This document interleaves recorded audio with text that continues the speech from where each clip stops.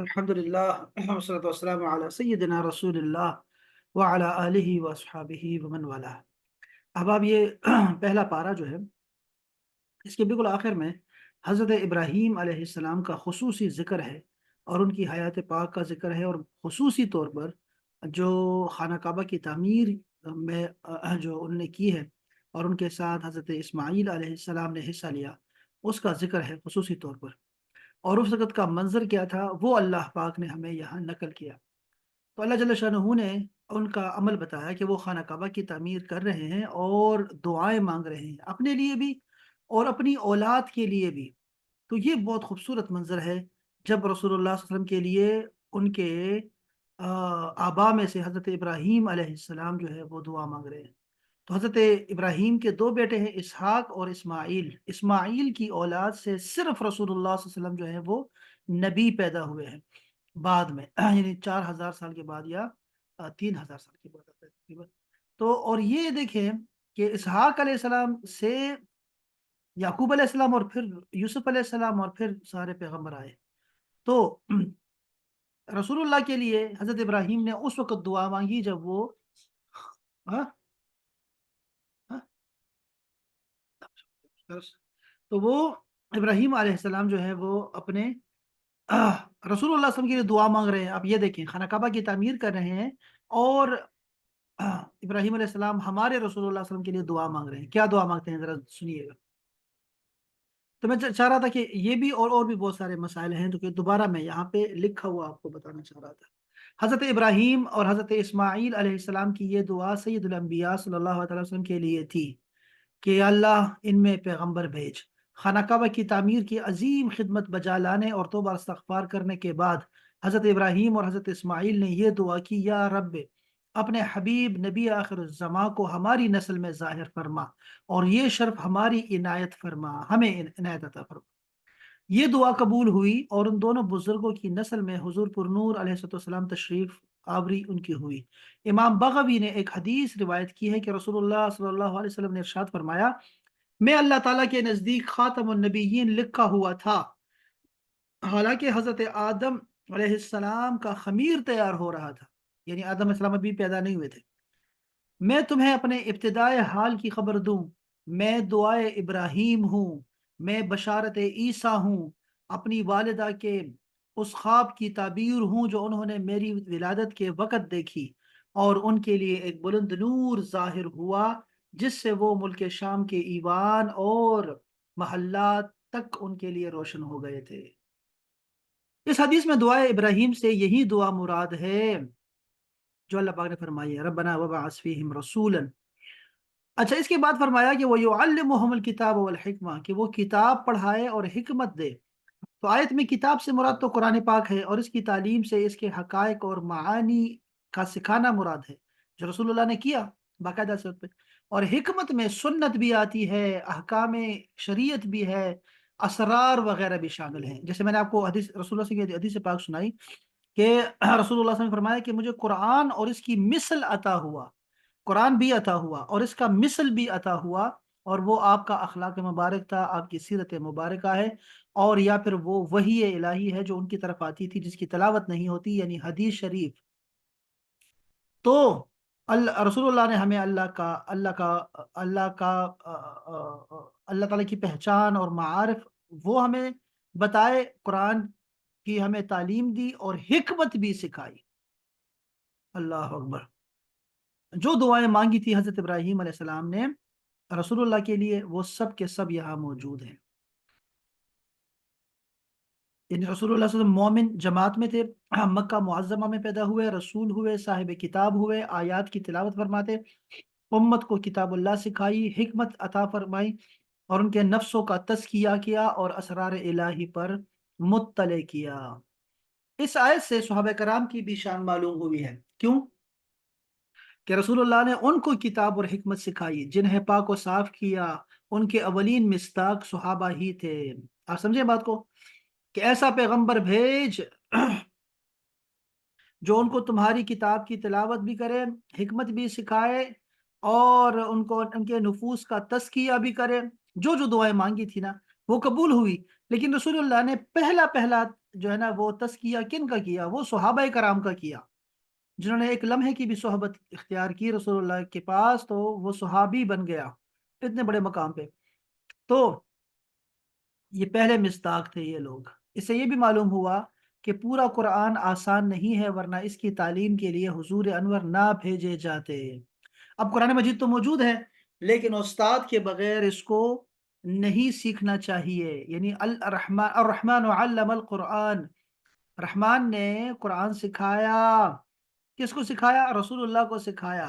اور کیا سکھایا؟ قرآن سکھایا۔ رسول اللہ نے صحابہ کو سکھایا، اور صحابہ نے تابعین کو سکھایا، تابعین نے تبع تابعین کو سکھایا۔ تو یہ نہیں ہے کہ یہ عربی ہیں تو ان کو تعلیم کی ضرورت نہیں ہے، باقاعدہ سے تعلیم حاصل کرتے ہیں، باقاعدہ سے یہ لوگ عربی جاننے کی کوشش کرتے ہیں، قرآن کے لفظوں میں غور و فکر کرتے ہیں اور اس کے معانی کو جانتے ہیں، باقاعدہ سے سکھایا جاتا ہے۔ آپ یہ نہ سمجھیں کہ یہ عرب جو ہے یہ سارے قرآن مجید کو سمجھ جاتے ہیں، سمجھتے ہیں، بالکل سمجھتے ہیں، لیکن ان کو سکھایا بھی جاتا ہے یہ ساری چیزیں باقاعدہ سے۔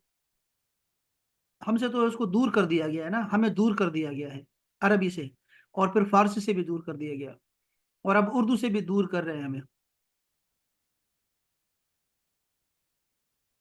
اچھا جی، جو کہے کہ قرآن سمجھنا بہت آسان ہے اسے کسی بڑے عالم کے پاس لے جائے، 15 منٹ میں حال ظاہر ہو جائے گا۔ یہ بھی معلوم ہوا کہ قرآن کے ساتھ حدیث کی بھی ضرورت ہے۔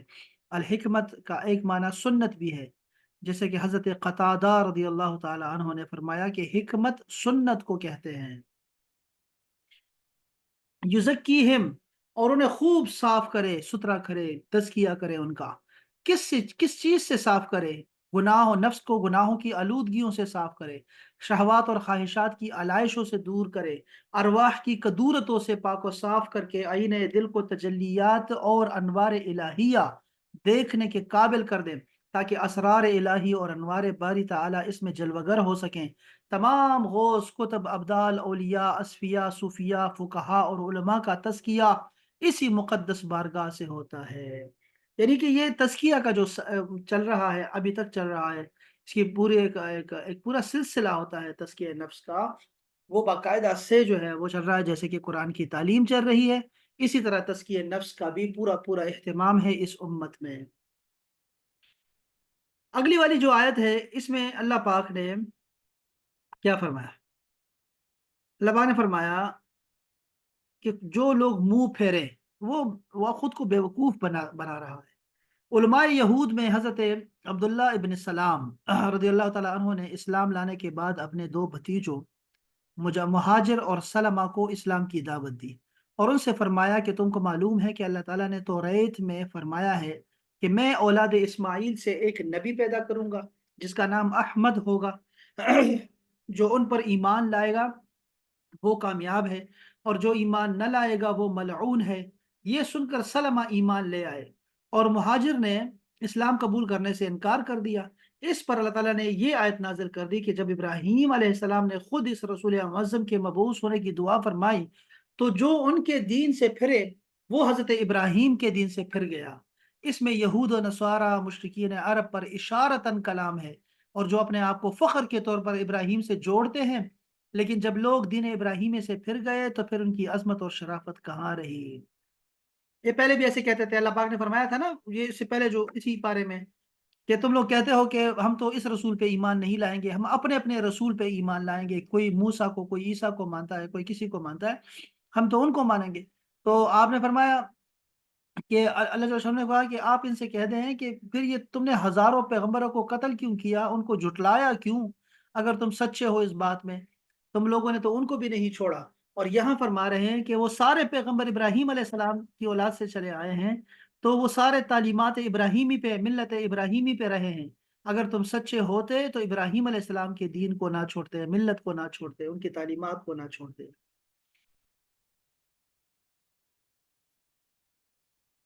یہ بھی معلوم ہوا کہ سچے دین کی پہچان یہ ہے کہ وہ سلف صالحین کا دین ہو۔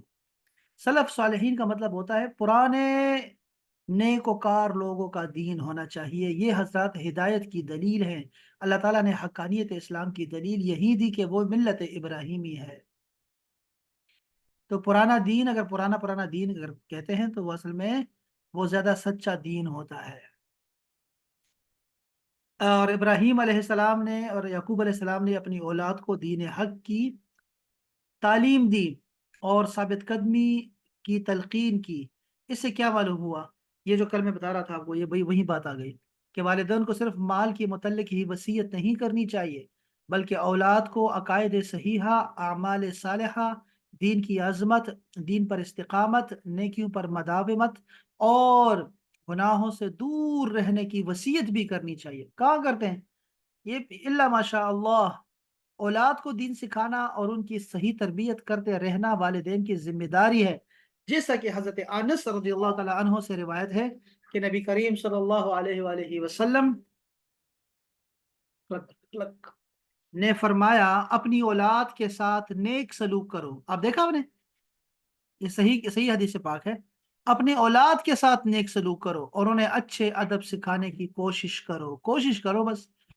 اب دیکھو یہ بھی ایک بہت بڑے مسئلہ ہے ہمارے، خاص کر ہمارے جو باہر لوگ رہتے ہیں نا، ان کا بہت بڑا مسئلہ ہوتا ہے، وہ بہت ڈر رہے ہوتے ہیں اور حالات ایسے ہوتے ہیں ان کے ارد گرد کہ وہ اپنی اولاد پہ بہت زیادہ ڈرتے ہیں کہ پتہ نہیں یہ کیا ہوگا، ان کا کیا بنے گا، ان کا کیا بنے گا۔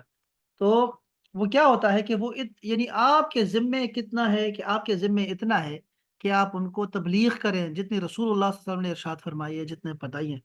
تو کبھی آپ نے نرمی کرنی، کبھی سختی کرنی ہے، لیکن آپ نے خود کو ہلکان نہیں کرنا، جیسے کہ رسول اللہ کو اللہ نے منع فرمایا قرآن مجید میں کہ آپ خود کو ہلکان نہ کریں، ہدایت تو میرے ہاتھ میں ہے۔ تو آپ نے اپنے بچوں کو صحیح اور غلط کی تعلیم دینی ہے، ان کو چلانا ہے باقاعدہ طور پہ، ان کو چھوڑ کے آنا ہے مسجد تک، ان کو صحیح راستہ دکھا دینا ہے پکا پکا۔ پھر اس کے بعد آپ اپنے آپ کو ہلکان نہ کیا کریں، اللہ آپ سے نہیں پوچھے گا اس کے بارے میں، یہ ذہن میں رکھیے۔ اللہ اکبر۔ حضرت عبداللہ ابن عمر نے ایک شخص سے فرمایا اپنے بچے کی اچھی تربیت کرو، کیونکہ تم سے تمہاری اولاد کے بارے میں پوچھا جائے گا کہ تم نے اس کی کیسی تربیت کی اور تم نے اسے کیا کیا سکھایا۔ بچوں کو کیا سکھانا چاہیے، پوری ہمارے پاس پوری احادیث پڑھی ہوئی ہیں کہ بچوں کو کیا کیا سکھانا ہے، رسول اللہ نے ساری تعلیمات ہمیں دی ہوئی ہیں۔ بچوں کے حقوق کے نام سے ایک چھوٹی سی کتاب میں نے آپ کے ساتھ شیئر بھی کی ہے، وہ ضرور جو ہے نا اپنے اس کو ذرا سمجھیے گا کہ وہ کیا ہے۔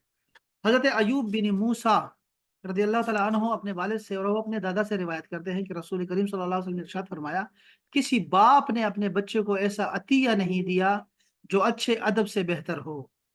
کتنی خوبصورت حدیث پاک ہے، ترمذی شریف کی حدیث پاک ہے کہ اچھے ادب کا جو تحفہ تم دیتے ہو اپنے بچے کو، وہ اس سے بہتر کوئی تحفہ نہیں ہو سکتا۔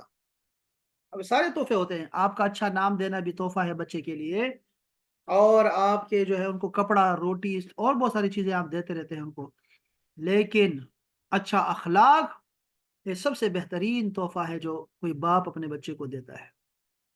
مفتی احمد خان نعیمی صاحب فرماتے ہیں کہ اچھے ادب سے مراد کیا ہے؟ بچے کو دیندار، متقی، پرہیزگار بنانا ہے۔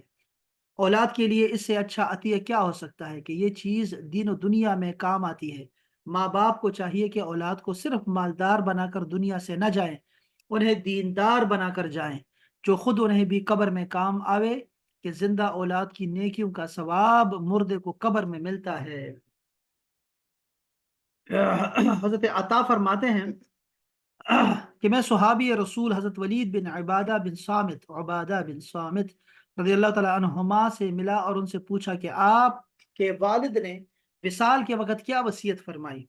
تو حضرت ولید نے فرمایا، مجھے میرے والد جو کہ صحابی رسول ہیں مجھے بلا کر فرمایا، اے بیٹے اللہ تعالیٰ سے ڈر اور یہ بات جان لے کہ تو اللہ سے اس وقت تک ڈرنے والا نہیں بنے گا جب تک اللہ تعالیٰ پر اور ہر خیر و شر کے اللہ تعالیٰ کی طرف سے مقدر ہونے پر ایمان نہیں لائے گا، اور اگر تو اس کے خلاف پر مر گیا، یعنی اس کے خلاف مر گیا، تو جہنم میں داخل ہو جائے گا۔ تقدیر پر ایمان لانا، آپ یہ بہت اہم ٹاپک ہے اس کا، ایمان کا۔ میں نے رسول اللہ صلی اللہ علیہ وسلم کو یہ فرماتے ہوئے سنا کہ اللہ تعالیٰ نے سب سے پہلے قلم کو پیدا کیا اور پھر فرمایا لکھ۔ قلم نے عرض کیا کیا لکھوں؟ ارشاد فرمایا تقدیر کو لکھ، جو ہو چکا اور جو ابد تک ہوگا وہ سب لکھ لے تو یہ شاید ہو سکتا ہے کسی خاص موقع پہ انہوں نے فرمایا ہو، یہ ان کو یہ نصیحت کی ہو۔ ہمارے پاس ایک رسالہ ہے امام غزالی کا، اور وہ انہوں نے اپنے بیٹے کے نام جو ہے نا کچھ نصیحتیں کی ہیں۔ تو ہر عالم جو ہوتا ہے نا، ہر عالم بندہ، ویسے ہر فیلڈ کا ہی بندہ اپنے بچوں کے لیے کچھ نہ کچھ چھوڑ کے جاتا ہے ان کو سمجھانے کے لیے۔ علماء کے پاس قلم ہوتا ہے تو وہ کتابیں لکھتے ہیں، اپنے بچوں کے نام پہ لکھتے ہیں، اور پھر وہ بچے کو مخاطب کر کے نصیحت اصل میں پوری جنریشن کو کرنا چاہ رہے ہوتے ہیں۔ تو اس طرح کی آپ کو امام غزالی کی کتاب ہے یا ولد، میرے خیال میں یا ولد کے نام سے ہے، بہت پیارا خوبصورت بہت کتاب ہے، وہ پڑھنے والا ہے۔ اور اس طرح علامہ اقبال نے جو ہے وہ جاوید اقبال کو جو ہے مخاطب کر کے بہت ساری جو ہے نا نظمیں اور لکھی ہوئی ہیں، بہت سارے شعر ان کے ایسے ہیں جو انہوں نے ایسے لکھے ہوئے ہیں، جاوید نامہ شاید، اور بھی شاید پتہ نہیں کیا کیا کتابیں ہوں گی جو کہ انہوں نے اپنے بچے کو مخاطب کر کے اصل میں وہ ساری جنریشن کو کچھ نہ کچھ سکھانا چاہتے ہوتے ہیں۔ حضرت عبداللہ بن مسعود کے وفات کا وقت قریب آیا تو ان کے بیٹے حضرت عبد الرحمن نے عرض کیا مجھے کچھ وصیت کیجیے۔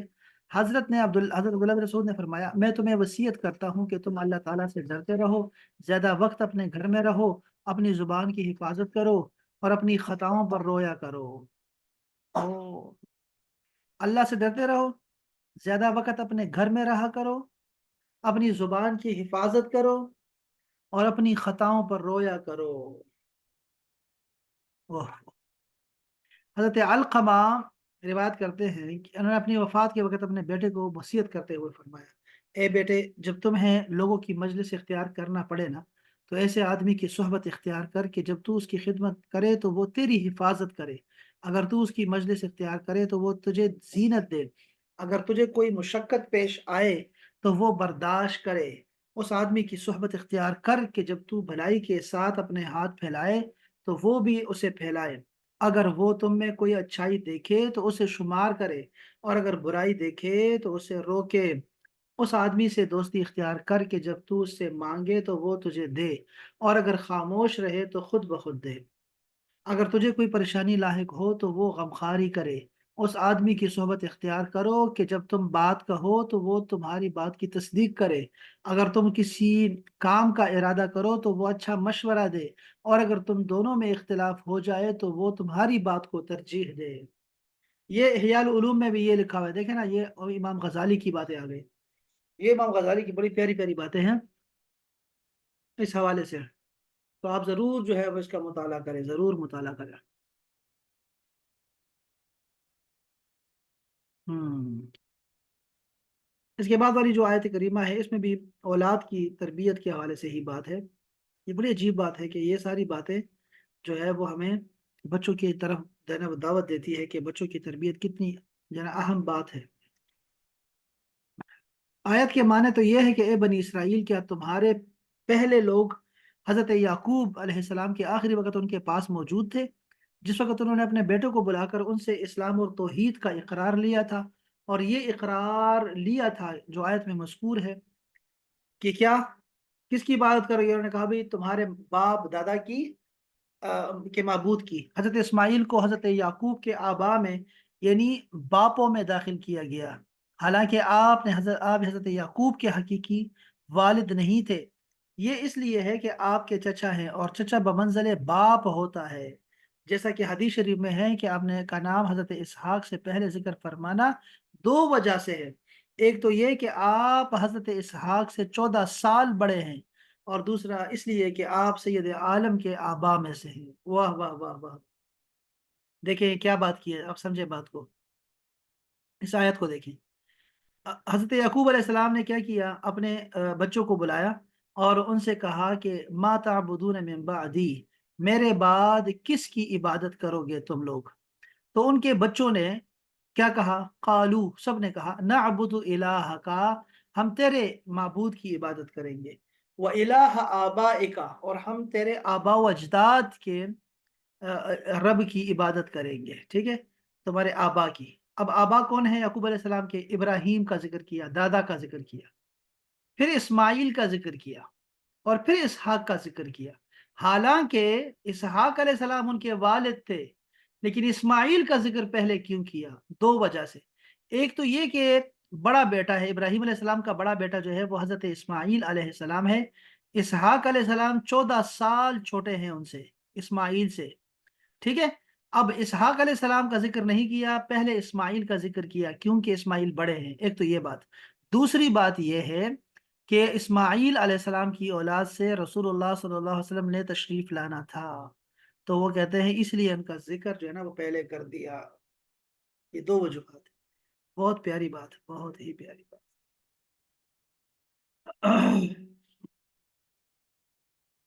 یہ اس کو میں یہاں پر جو ہے وہ روک رہا ہوں، اور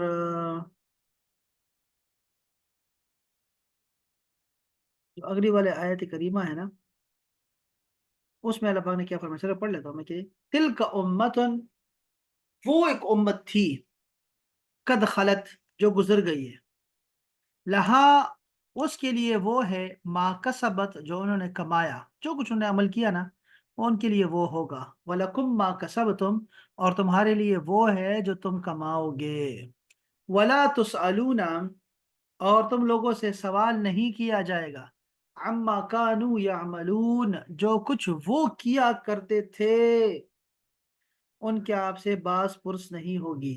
جب یہودی دلائل میں عاجز ہو جاتے نا تو آخرکار کہہ دیتے تھے کہ ہمارے عقائد اور اعمال غلط بھی ہوئے تو ہمارے باپ داداؤں کے اعمال ہمارے کام آ جائیں گے اور ان سے ہماری نجات ہو جائے گی۔ اس کی تردید یہ آیت میں آئی ہے کہ وہ سب گزر چکے ہیں، ان کے اعمال ان کے لیے ہیں اور تمہارے اعمال تمہارے لیے ہیں، تمہیں ان کے اعمال کام نہیں آئیں گے۔ اس سے معلوم ہوا کہ آخرت میں اپنے اعمال کام آئیں گے، اور اگر عقیدہ خراب ہو تو کسی کو دوسرے کے عمل سے فائدہ نہیں ہوگا۔ یعنی عقیدے میں آ، دوسرے لوگ تو کام آئیں گے، یہ تو پکا ہے نا، کیونکہ شفاعت تو حق ہے، برحق ہے، شفاعت تو ہونی ہی ہونی ہے۔ ایک دوسرے کے ساتھ لوگ نیکیوں کا بھی ایکسچینج کریں گے، یہ ہوگا، ٹھیک ہے، بڑے اچھے اچھے لوگ ملیں گے آپ کو معاشر میں، تو وہاں یہ چیزیں تو ہوں گی، اور شہداء بھی کام آئیں گے، جو معصوم بچے ہیں وہ بھی کام آئیں گے، جو جنہوں نے بہنوں کی تربیت کی، شادیاں کروائیں، وہ بھی کام، ان کی بھی کام آئیں گے، وہ شفاعت کریں گے، رسول اللہ فرمایا میرے ساتھ رہے گا۔ اللہ اکبر، اس سے بڑا کیا ہو سکتا ہے؟ اور جنہوں نے دو بیٹیوں کی تربیت کی اور ان کو بڑا کر کے ان کے نکاح کیا تو وہ بھی رسول اللہ کے ساتھ ہوں گے۔ یہ سارے لوگ کام آئیں گے، اور بہت سارے لوگ ہیں یار، اور شہداء ہیں اتنے، 45 سے زیادہ تو شہداء کی قسمیں ہیں، یہ سارے لوگ کام آئیں گے، علماء کام آئیں گے، عابد لوگ کام آئیں گے، وہ سب کچھ تو چلے گا، لیکن عقیدہ صحیح ہونا چاہیے انسان کا۔ وہ جو ان چیزوں کا اقرار کرتے نہیں ہیں، وہ مانتے ہی نہیں ان چیزوں کو، تو ان کو کیا فائدہ ان چیزوں کا؟ ان کو تو توحید کی بھی سمجھ نہیں ہے کہ توحید کسے کہتے ہیں، ابھی تک تو توحید کو بھی نہیں سمجھے، رسالت تو بہت دور ہے ان سے، رسالت کو کیا سمجھیں گے وہ لوگ؟ اور پھر رسالت کے بعد جو اولیاء کا مقام ہے، اہل بیت کا مقام ہے، یعنی کہ جو صحابہ کرام ہیں ان کا جو مقام ہے، وہ کیا سمجھیں گے؟ کچھ نہیں سمجھیں گے۔ تو خیر، یہ لوگ گزر چکے ہیں، ان کو آپ کو کوئی فائدہ نہیں۔ وقالو، اور وہ کہتے ہیں کہ کونو ہودن او نسوارا، یہ کہتے ہیں کہ یہودی بن جاؤ یا نصارہ بن جاؤ، عیسائی بن جاؤ، تہتدو، تم ہدایت پا جاؤ گے، تم ہدایت والے ہو جاؤ گے۔ قل، آپ فرما دیجئے، بل ملت ابراہیم، بلکہ ملت ابراہیمی ہی بہتر ہے، حنیفہ، جو ہر باطل سے جدا ہے، ایک طرف کو توحید کی طرف جھکا ہوا ہے، سارے باطل خداؤں سے منہ موڑ کے، تو ملت ابراہیمی بہتر ہے، نہ کہ یہودی اور نصارہ بن جانا۔ وما کان من المشرکین، اور وہ مشرکین میں سے نہیں تھے۔ تم لوگوں نے تو تین خدا بنا لیے ہیں، کسی نے کسی کو خدا کا بیٹا قرار دے دیا ہے، تو وہ مشرک نہیں تھے ابراہیم علیہ السلام، وہ نہیں تھے۔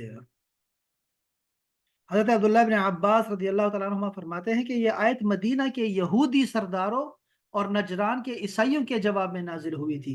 یہودیوں نے تو مسلمانوں سے یہ کہا تھا کہ حضرت موسیٰ تمام انبیاء میں سب سے افضل ہیں اور توریت تمام کتابوں سے افضل ہے، یہودی دین تمام ادیان سے اعلیٰ ہے۔ اس کے ساتھ انہوں نے حضرت سید کائنات علیہ السلام انجیل شریف اور قرآن شریف کے ساتھ کفر کر کے مسلمانوں سے کہا تھا کہ یہودی بن جاؤ۔ اسی طرح نصاریوں نے بھی اپنے دین کو حق بتانے کے لیے مسلمانوں سے کہا کہ نصرانی ہو جاؤ، اس پر یہ آیت اتری ہے۔ اور جو اللہ پاک فرما رہے ہیں نا کہ اے رسول ان کو کہہ دو کہ ملت ابراہیمی بہتر ہے، تو آپ نے کیا فرمایا؟ اس کی پیروی ضروری ہے، آپ نے ان کو فرمایا، جو کہ تمام فضائل کا جامع ہے۔ ہم ایسا کرتے ہیں نا کہ یہودی اور نصاری کہاں سے نکلے؟ اور ابراہیم علیہ السلام سے نکلے ہیں، تو ہم ابراہیم علیہ السلام کی ملت کو فالو کرتے ہیں، اور وہ ہر باطل سے جدا تھے، وہ مشرکوں میں سے نہیں تھے۔ اس میں اشارتاً یہودی اور عیسائیوں کے ان تمام لوگوں کا رد ہے جو مشرک ہونے کے باوجود ملت ابراہیمی کے پیروی کا دعوے دار ہوتے ہیں۔ یہ لوگ اپنے آپ کو ابراہیمی کہتے ہیں اور شرک بھی کرتے ہیں، حالانکہ ابراہیمی وہ ہوتے ہیں جو ابراہیم کے دین پر ہو، اور ابراہیم مشرک نہیں تھے، جبکہ تم مشرک بن گئے ہو، ابراہیمی کیسے ہو سکتے ہو؟ اس سے دو مسئلے ثابت ہوئے ہیں۔ ایک تو یہ کہ ابراہیم علیہ السلام کو رب تعالیٰ نے وہ مقبولیت عامہ بخشی کہ ہر دین والا ان کی نسبت پر فخر کرتا ہے، اور دوسرا یہ کہ صرف بڑوں کی اولاد ہونا کافی نہیں ہے جب تک بڑوں کے سے کام نہ کرے۔ یہ تین طرح کے لوگ ہوتے ہیں نا، سپوت اور کپوت اور کیا ہوتا ہے یار، ایک سپوت ہوتا ہے، ایک کپوت ہوتا ہے، اور ایک اور بھی ہوتا ہے یار، یہ بڑا خوبصورت سا تھا، وہ بڑا مجھے بھول گیا، سپوت اور کپوت۔ تو یہ حضرت خالف، ایک خالف ہوتا ہے، پتہ نہیں خالف کو اردو میں کیا بولتے ہیں۔ تو یہ تین ہوتے ہیں بچے، تو جو باپ کی جگہ پر نہیں ہے، باپ کا ایک تو وہ سپوت وہ ہوتا ہے جو کہ باپ کے جو ہے وہ باپ کے آ، جو کچھ سپوت، کپوت، ایک اور بھی ہے یار یہاں پہ، سپوت کبھی پوت، ہاں ایک پوت، سپوت اور کپوت، یہ صحیح، اس کو پڑھ لیتے ہیں۔ یہ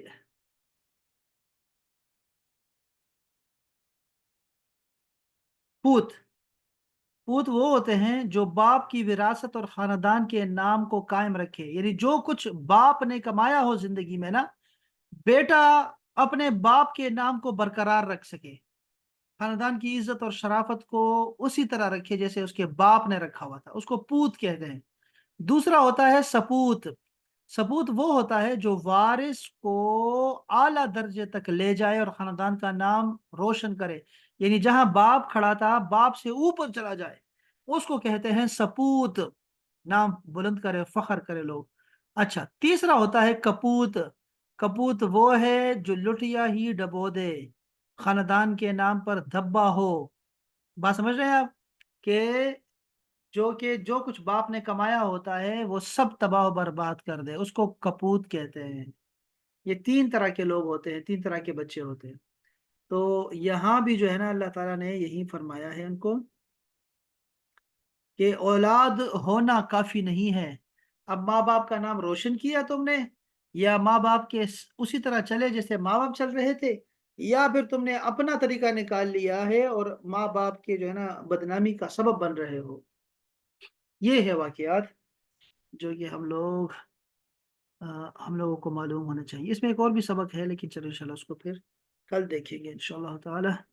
پھر ہم اس کو اکتفا کرتے ہیں پرانے کل والے سبق پہ۔ آپ کے ذہن میں کوئی بات ہے تو ہم وہ کر لیتے ہیں، کوئی آپ کے ذہن میں کوئی بات ہے اب آپ کسی بھی حوالے سے؟ آج دو مسئلہ میرے سامنے آئے تھے، ایک تو آیا تھا یہ عدالتی خلا کے حوالے سے، تنسیخ نکاح کرتا ہے جو عدالت یہاں پہ پاکستان میں تنسیخ نکاح کرتی ہے، وہ شوہر کی مرضی سے ہونا چاہیے سب سے، بس اگر شوہر راضی ہے، شوہر دے دیتا ہے نا، تو بس سارے مسائل حل ہو جاتے ہیں۔ لیکن اگر شوہر راضی نہیں ہے نا، تو اب جو تنسیخ لے کے آتا ہے، جو نسخ کرتا ہے، منسوخ کرتا ہے نکاح کو جج، تو کیا وہ جو ہے قابل قبول ہے شریعت میں یا نہیں؟ اس پہ دو طرح کے لوگ ہیں، ایک وہ ہیں جو کہتے ہیں کہ نہیں ہے، وہ قابل قبول ہی نہیں ہے، جب شوہر نے نہیں دیا اس کو طلاق یا خلا نہیں دی، اس کی اجازت نہیں دی، تو جج کیسے کہاں سے دے رہا ہے؟ یہ سارا شوہر اور بیوی کا ہوگا، اور کوئی نہیں ہو سکتا درمیان میں آ سکتا۔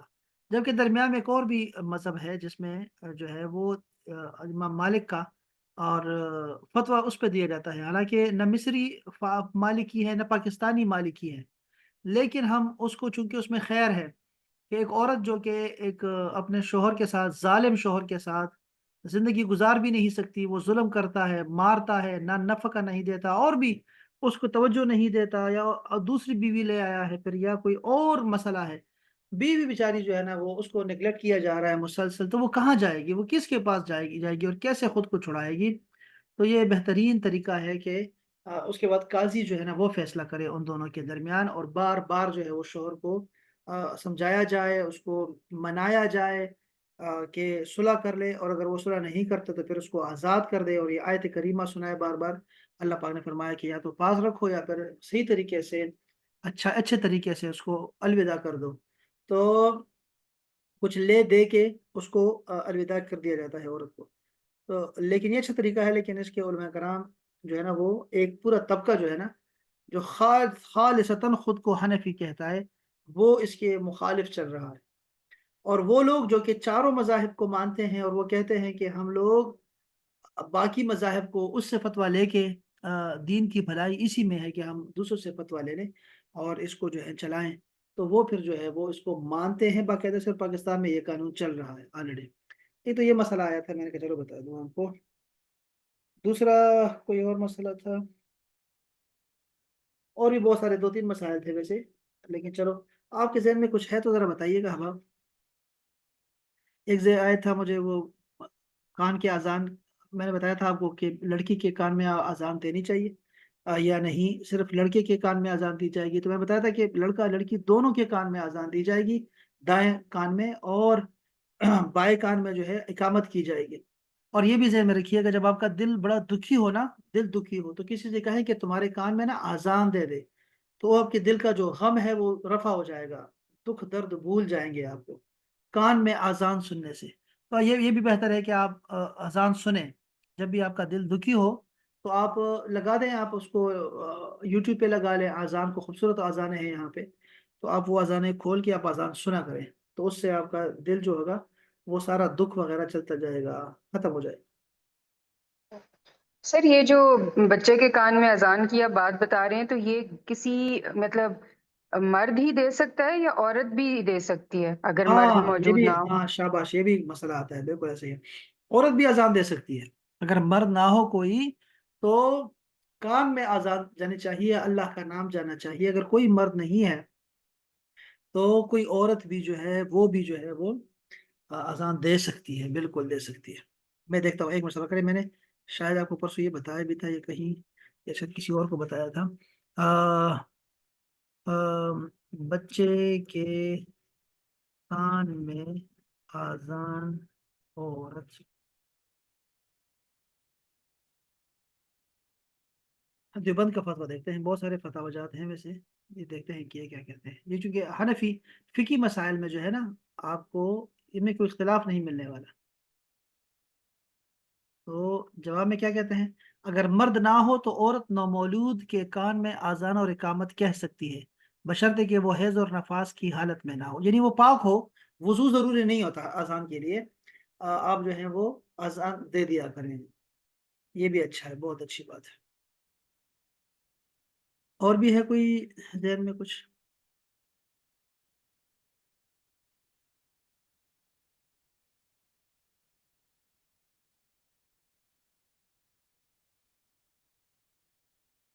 ہاں جی چلو، بس میرے خیال میں اس کو اکتفا کرتے ہیں اس پہ، آپ کی اجازت سے، اور انشاءاللہ پھر کل پڑھیں گے۔ کل تو کیا ہے، کل جمعہ ہے کیا؟